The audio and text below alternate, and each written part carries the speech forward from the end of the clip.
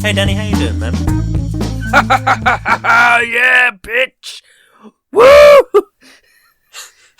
That one went a bit off. That one went a bit off the rails there. Yeah, it was less about Rick and Morty. That was more about just being abrasive. Yeah, exactly. I'm well, Lewis. How are you? I am well, thank you. I am. It is insanely hot today. I say it's insanely hot. I'm a pasty Englishman who lives in the Midlands. Insanely hot is like 12 degrees, but I feel really hot, so that's good. Yeah, quite right.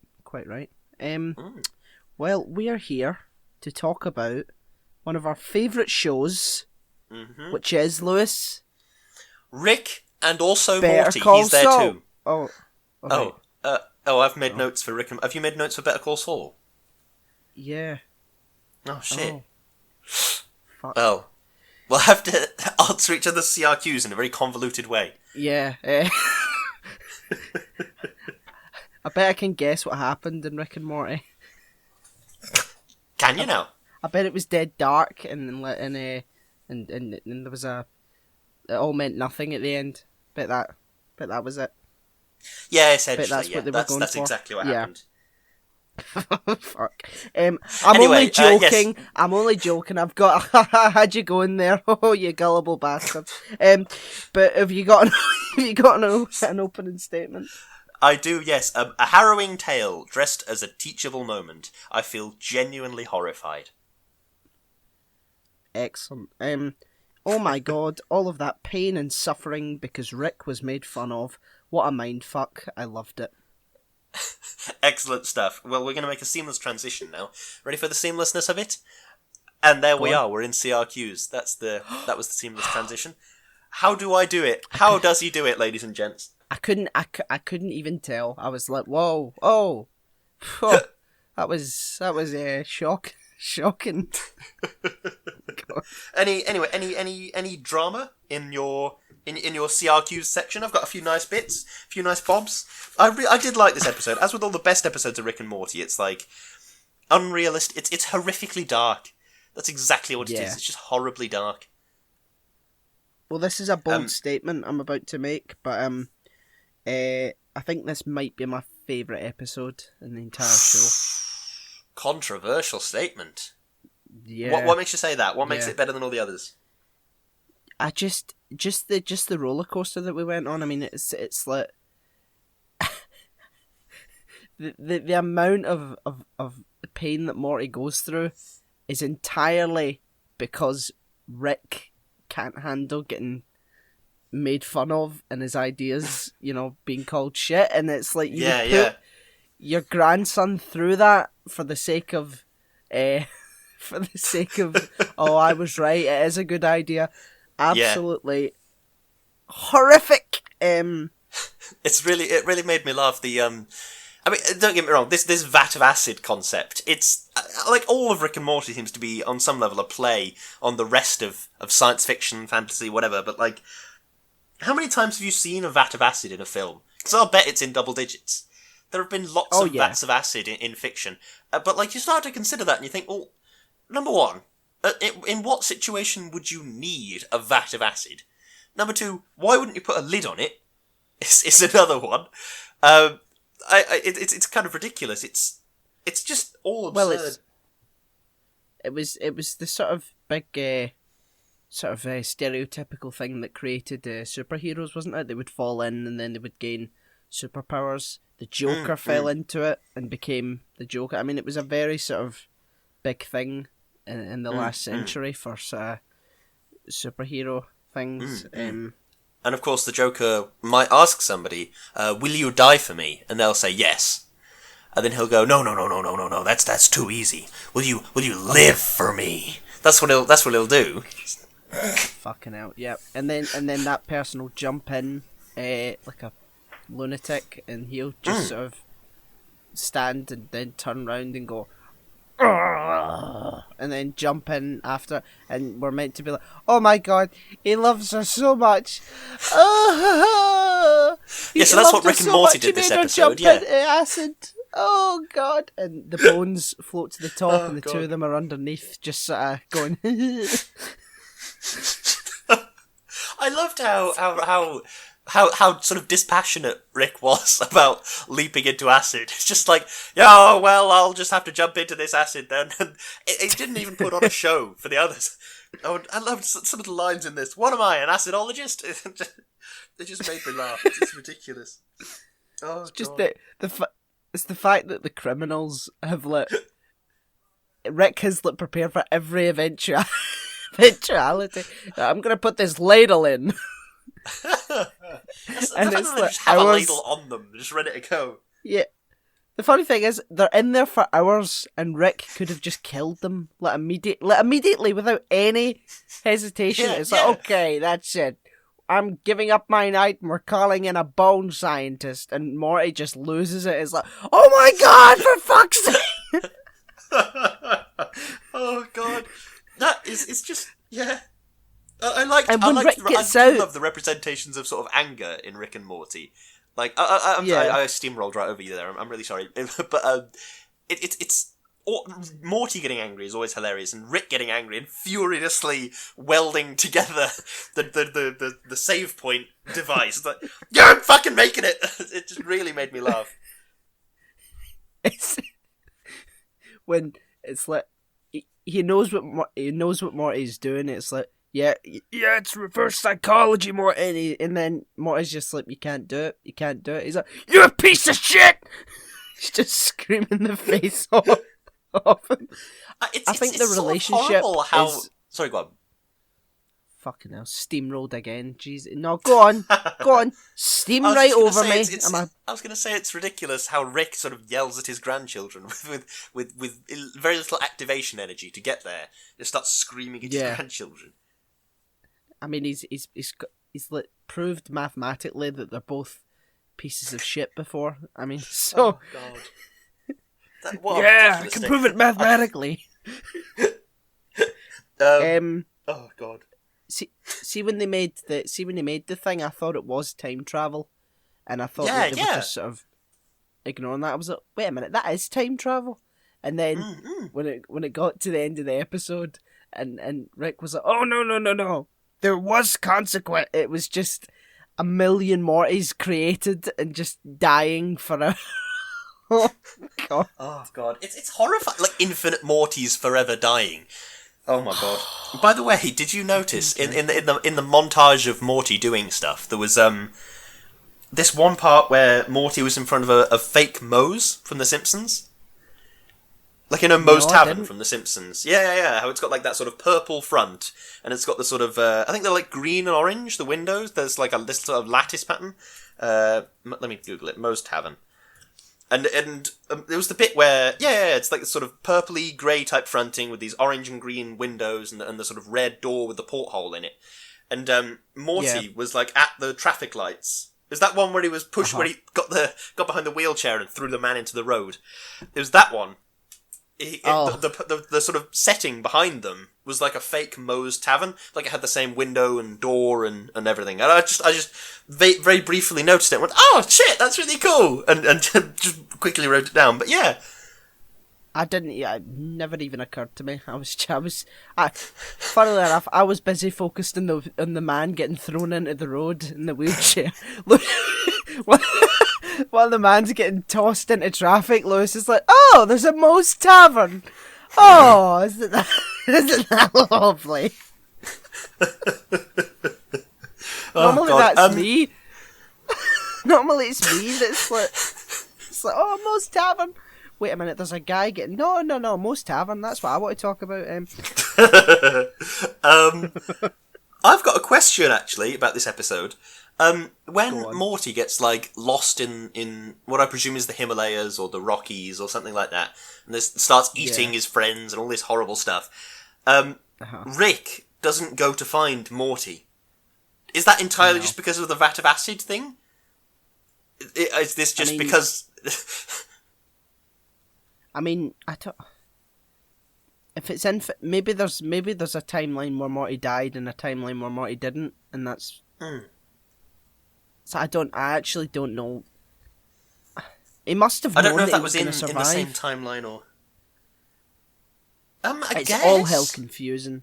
It's all hell confusing, but with we've seen Rick give up his life to save Morty, so it's like I think he must have known that Morty was going to survive, or maybe even sent the helicopter himself.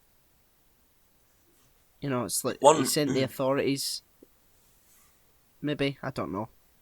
Maybe. Yeah, maybe. Maybe Rick was like, okay, he's been left to stew for long enough now. And then he sent whoever it is up to the Rockies and said, there you go, be there. Yeah. Yeah. I've got a question. Did you take a look at the signs that the furious mob was holding when they got to Rick and Morty's house? Some of them. Yes, well, one of them said, "Return the whales." And I would like to know, what did Morty do with the whales? What did he do to them or with them? Where are they now? He stole Shamu. He went into where is Shamu kept? I don't know. SeaWorld, isn't it? And she's kept in like horrific conditions. Shamu, the SeaWorld show. Shamu was she's dead. Okay. Oh fuck! Oh Christ, that's not good. Oh, that's dreadful. Oh, that is dreadful. God. Oh, we have just. Oh God, I feel as if we've dug up a grave. Oh fucking hell. Oh crikey. We've just. Oh, God. This is the darkest podcast we've ever done. It's a bit. Okay. Shamu was originally a whale, and that Shamu, the original whale, has died. Yes, and then she became a human.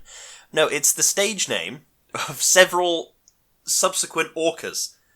It's the name of the show, and I think they refer to the whale as Shamu, regardless of whether it's the original Shamu. Yeah, Shamu is the name used for several SeaWorld orca shows, and is the stage name given to the star of those shows. That is shocking.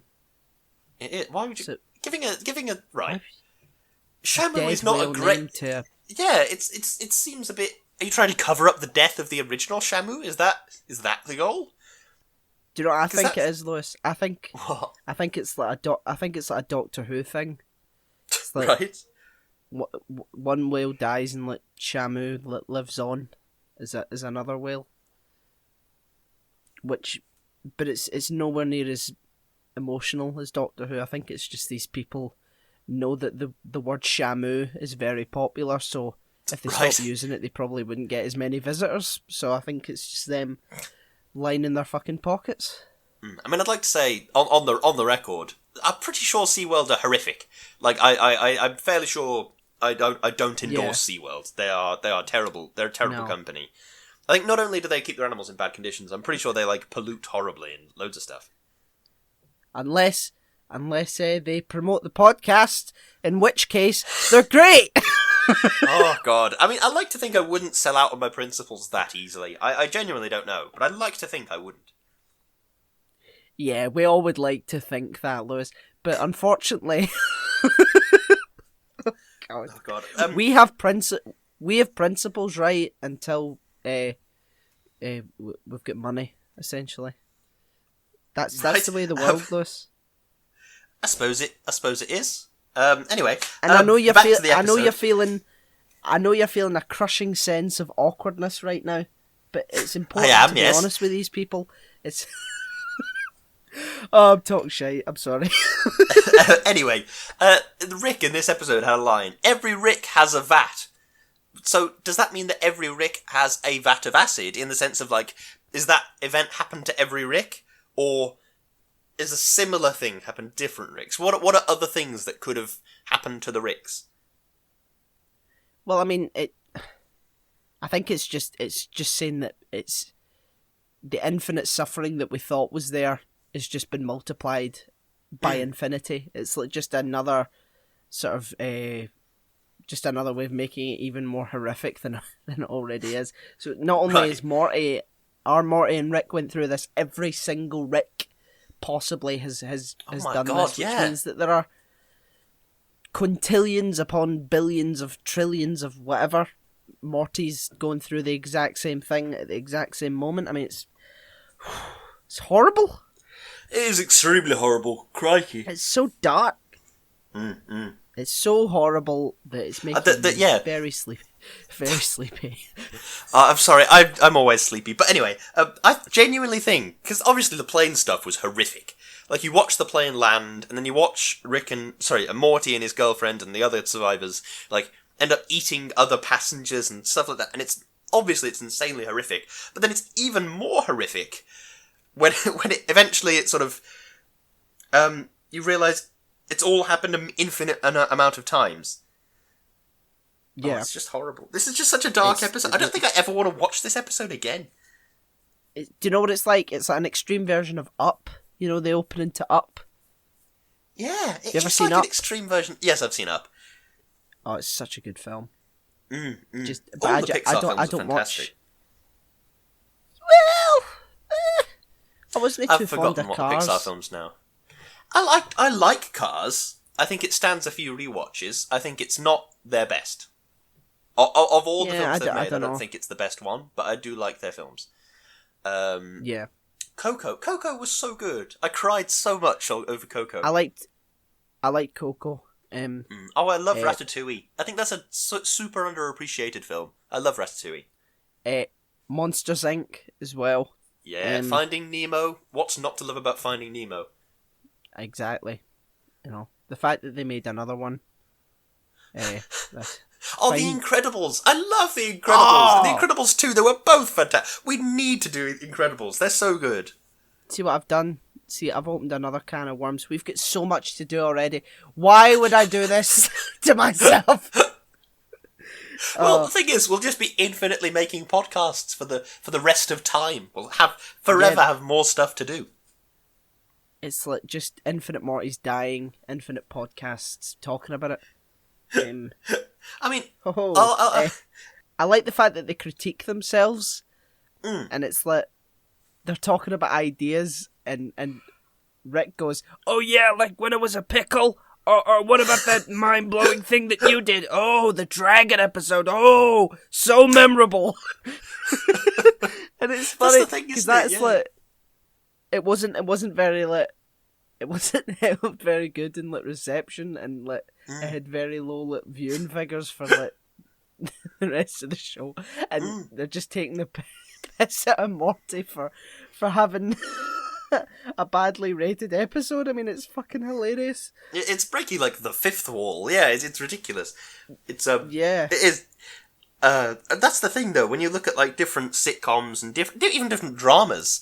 You're watching an episode, like last night, my wife and I were watching The Crown, and it sort of became obvious this was going to be an episode about Prince Philip, and my wife went, "Oh God, this is a Philip episode, isn't it?" And I was like, "Yeah, it's a Philip episode," and it's crazy to think about. That's like sort of a widely accepted thing in like dramas, sitcoms, everything. Watching an episode of Family Guy, and occasionally they'll say, "Yeah, this is the lowest episode. You might want to switch this one off, or whatever it'll be," and like. You do look back at Rick and Morty and you're like, yeah, there are Morty episodes and there are Rick episodes, and the Rick episodes are the ones that stand out in your mind, like Pickle Rick. Yeah. But, and then they'll do like maybe a Beth episode or Jerry episode. Yeah, like the Whirly Daily Conspiracy. Was good. Yeah, I like the Whirly Daily Conspiracy. What are the other ones? I can't think of any. Oh God. Is that the only one? Beth's one is at the end of season 3, just before the last episode. Oh yeah, with the parallel world or whatever it is, with the chalk. Fruity Land or something. Fruity Land. God, that was such. I liked that a lot because it's like. So did I. I think in my mind that does what good sci-fi does, and it explores a complex concept while dressing it up in a very bizarre way. I think that's what's good about sci-fi. It can't be. I'm Charles Manson. I'm Charles Manson because I gave you your own world to play with instead of an iPad. Oh God, that is. Imagine what if right? Okay, here's the question: if you had that parallel world of, I mean, this is not at all to do with Rick and Morty season 4 episode 8, but instead we're going to talk about the other episode. If you had like that piece of chalk or whatever it is in the Fruity Land, what would you do with it? obviously as a kid you might use it to play, like Rick, who is now your dad, like your Rick dad suggests, you might use it to play. And as you grow up, what would you use it for? Storing the bodies of my victims. Right. No, I don't know. I mean, the answer is probably something as pedestrian. It probably is something dull and pedestrian, like, well, I like to think I'd use it for catching up on, like, you like to think you'd use it for some kind of grand purpose, but in reality, sorry, do you know what I mean? It might just be storage. Storing bodies is dull and pedestrian. No, I was saying storing like boxes of crap from your attic. Yeah. Right. Yeah. I mean, I could. Yeah, but. Yeah, I'd probably do something like that, or I'd build a house there, or I'd, Yeah. Send some contractors in. Can you build a house in there for me, please? Yeah, send in some. Just watch society start again, and then inevitably, when it develops suitable technology, I will step in as the dictator of this world, and right. You are the god of this world. That's how you treat it. Yeah. And there would be no more rom-coms. There would be no more. There would be no more happiness. There would be only misery. Only sadness. And there will be blood, and salted popcorn, and what else? And everyone was designated a paper at birth. And if they play with your papers there, son, aye. And if they lost it, they would be executed. Oh my god. Yeah, it wouldn't be a very fun place for everyone else, but I'd enjoy it. Wouldn't. It'd be horrific. That sounds like a hellscape. The cotton candy setting would just make it all the more funny. It's like all this horrendous tortures going on. There's this just barbaric pink clouds dystopia. Yeah. Rainbow river. Oh, amazing. That's what I'd be doing. What would you do, Lewis? Well, I don't know after that. Christ. I mean, I'd like to think that it's like, I don't know, it's like the ultimate way to get away from your life, isn't it? So, yeah. I don't know, I suppose you'd... That's the weird thing, is because anything that you think of, it's like, oh, I'd go on holiday, the ultimate getaway. It's like, yeah, but there's something in the back of my brain that's like, yeah, but you could monetize it. You could put something in there and mark it on Airbnb. Do you know what I mean? Or mark it on Host Seasons and build a lodge in there with a hot tub. Do you know what I mean? Fuck's sake, Lewis, you and your capitalist mind again. Yeah, well, I'm just such a raging capitalist. We all know this. No, I really don't know. First SeaWorld. First SeaWorld and now this. First SeaWorld. We just talked about Shamu the whale. Yeah, fair enough. That's a good idea, though. I mean, you could sort of make it almost like Mars, like SpaceX, charge people a lot of money, or you could use it to help the disadvantaged. In fact, yeah, that's a way better idea. Use it to help the disadvantaged. Yeah. Build homes in there for people to live in if they need to, or like some kind of a farm or something to because that's something people talk about sometimes. It's like, oh, we haven't got enough farmland. Well, now you have infinite farmland. He's backtracking now, folks. He's backtracking. He's reconsidering and has had new ideas. I'll still charge them though. I'll still charge them. I'll charge an extortionately high rent to use my farmland. That's £100 a second, please. Is that okay with you?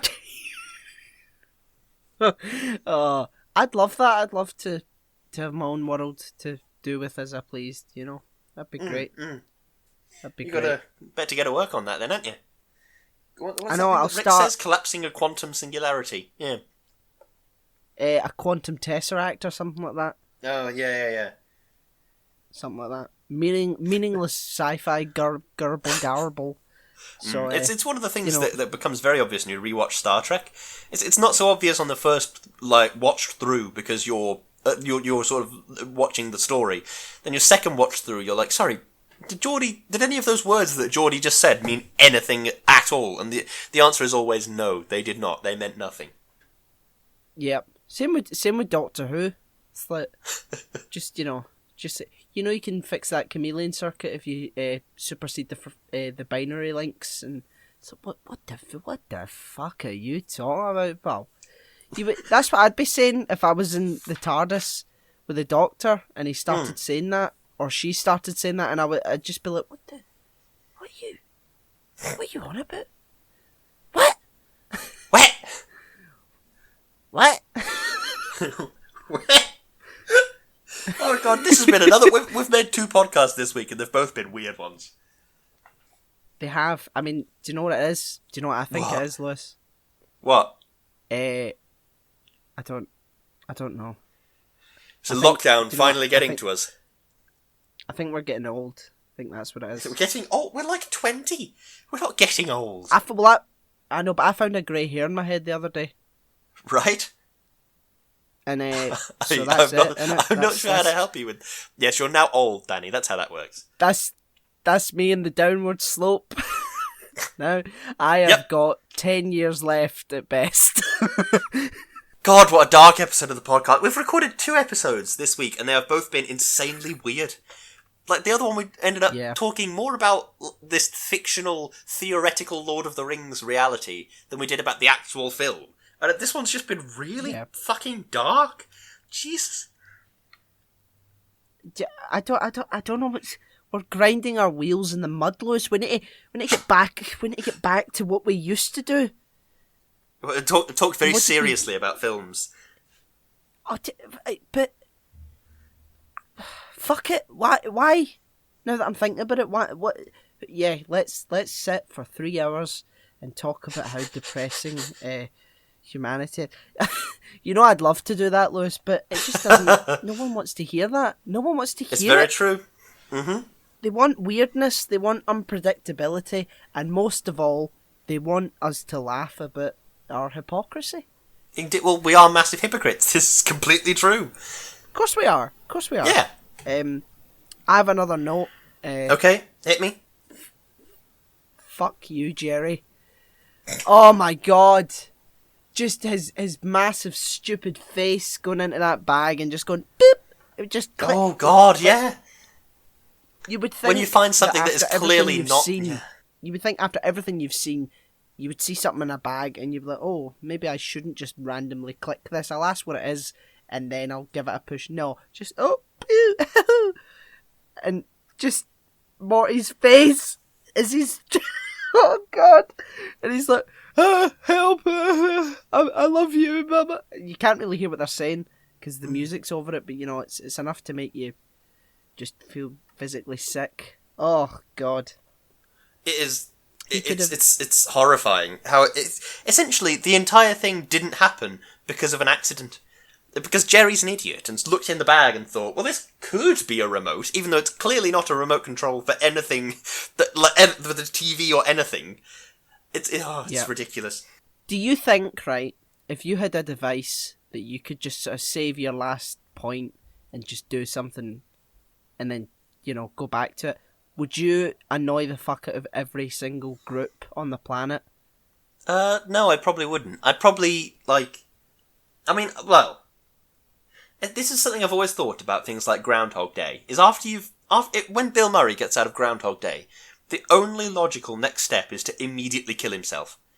Because, I think that would just fuck you up too much for the rest of your life. I think to have that, it's like what Morty says, living consequence-free is no life at all. It's such a horrible it's such a horrible existence to live so consequence free.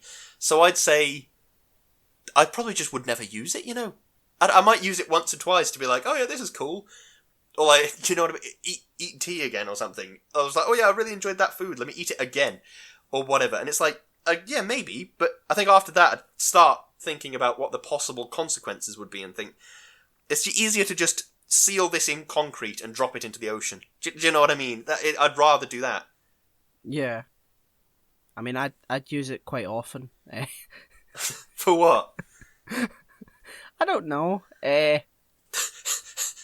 Right. I'd find something. I think it's only something that you could really say that you would do if you had it. Do you know what I mean?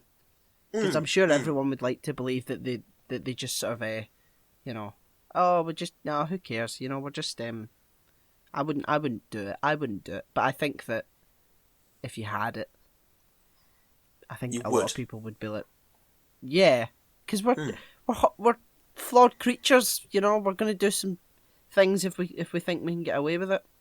Sure. Oh shit! What's up? This has been a weird episode because we haven't said the title. We haven't said who wrote it. We haven't said who directed it, and we haven't said who's fucking in it. Okay, we'll do that now at the end of the episode. Okay.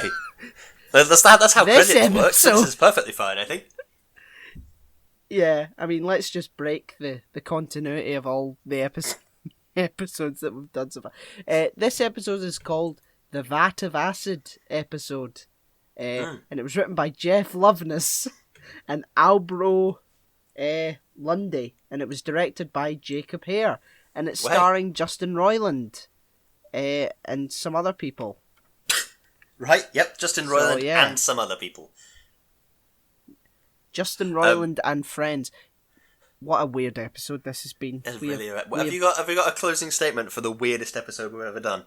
Yeah, we've dropped the ball in this one, man. We have a bit, yeah. We need to try a bit harder for the next one. Yeah. I was drinking last night. No, this may be my favourite episode in the entire show so far. So dark and horrific and yet hilarious. Fantastic comedy and sci-fi. I'm sort of the other end of the thing. Is this harrowing, teaching, or both? I don't think I ever want to watch it again to find out. It's just horrifying. It's just horrible, you know? Yeah. It has that sort of... It's yeah, I mean, I understand that, don't get me wrong. It's about, like... I think for me, people talk about watching horror films because they like to be scared. I think for me it's about the feeling exhilarated by reading horror, watching horror, things like that. I think this didn't make me feel exhilarated like a horror or it didn't make... I mean, it made me laugh, obviously, because it's hilarious, but I'm in no hurry to watch this one again, I don't think. I think if it comes up, I wouldn't turn it off, but on the same level, I'm not going to seek it out. It just makes me have this very existential moment again and again and again about, well, what is the nature of life? Why am I here? What is the point? Yeah. Should we let SeaWorld promote us? Oh God, no, we fucking shouldn't. Christ. All the big questions. Okay, yes. Right, fine. We'll say no to SeaWorld. Okay, fine. Okay. Jesus. Right. Have we got some shilling to do then, Dan? Yep. We are sponsored by SeaWorld. No. Oh, Jesus Christ. Have we got some shilling to do? Yep. Oh, crikey. Right, go on. Yes. I am on Instagram at Ohiram. I'm on Facebook at Daniel K. Actor. I'm on Twitter at Kerzo2000. What are you on, Lewis? I'm on Instagram at Lewis_Brindley, Twitter at LewisBrindley4, and I have a Facebook page called Lewis Brindley, which is my name. The podcast is posted on. Yep. The podcast is hosted by Podomatic. We are on Spotify, Apple Podcasts, Google Podcasts, which is a new thing. We're on that. I got a notification saying this is a new thing. Do you want to be on it? And I said, yeah, all right. So we're on that now, which is good. We're on Deezer. We're on YouTube. Go and check out our YouTube channel. We've got a nice little community going over there. It's really lovely. Go and check it out. It's beautiful. It's beautiful. We have a PayPal donate button. We're on Patreon, and we'd like to take this opportunity to thank our lovely, lovely patrons, Chloe, Darius, Sophie, Peter, and of course Aditya. So thank you guys for your support. You make this possible. Indeed, you are all extremely good eggs. Yes, excellent eggs. Excellent eggs, superb eggs. and we're partnered with a lovely company called Number 12 Crochet Avenue, and Lewis is better at plugging this one than I am. Well, thank you. Number 12 Crochet Avenue is a superb business run by my amazing wife. She crochets, and she is incredibly good at it. So good at it, in fact, that it is like some kind of magic is happening when she does it. We had a new shipment of yarn in yesterday, because she is going to be making the Good Egg Eggs, which are a reward for our top tier patrons. Little Good Egg key rings, and they are absolutely superb. Going to be absolutely adorable. I can't wait for her to make them, and we can share them out there in the world. But she is absolutely amazing. Her Instagram is at number 12 Crochet Avenue. The Instagram is beautiful. Her work is beautiful. She is beautiful, but I am biased. I would recommend going and checking her out. She does amazing work. Wow, that was poetry, pure poetry, Lewis. Well, you know Pure me. Poetry. We also have merch. Do we have merch? Don't we? Merch. I'm gonna give it a go this week, right? Okay. Yes. Lewis. Yes, Daniel. Are you ever shit? Are you ever cold? Sometimes I am. Yes. Right. What? Are you ever in need of clothes? Yes, constantly. I go outside naked and people just scream. Wow. Well, we've got the stuff for you. We've got t-shirt. We've got t-shirts. Yep. We've got t-shirts, jumpers. We've got mugs. I do like drinking things. Yep. Yeah, shit, I forgot that one. We're on teespring.com, and it's Good lord, this is not a smooth ad. But yeah, we've got loads of merch, loads of good stuff. We've got mugs and clothes and stickers and badges and loads of stuff. We've got some stuff on Teespring, some stuff on Redbubble. The links will be in the description or the show notes or however you're listening to this, they'll be there. Oh crikey! I think that's everything then, Cocker. That might be the end of this bizarre episode. Yeah. I think it is. Yep, we've done everything we need to do. Okay, thanks for listening very much to this bizarre episode. Please listen to the next one. We promise it won't be as weird as this. Well, we can't really promise that, can we?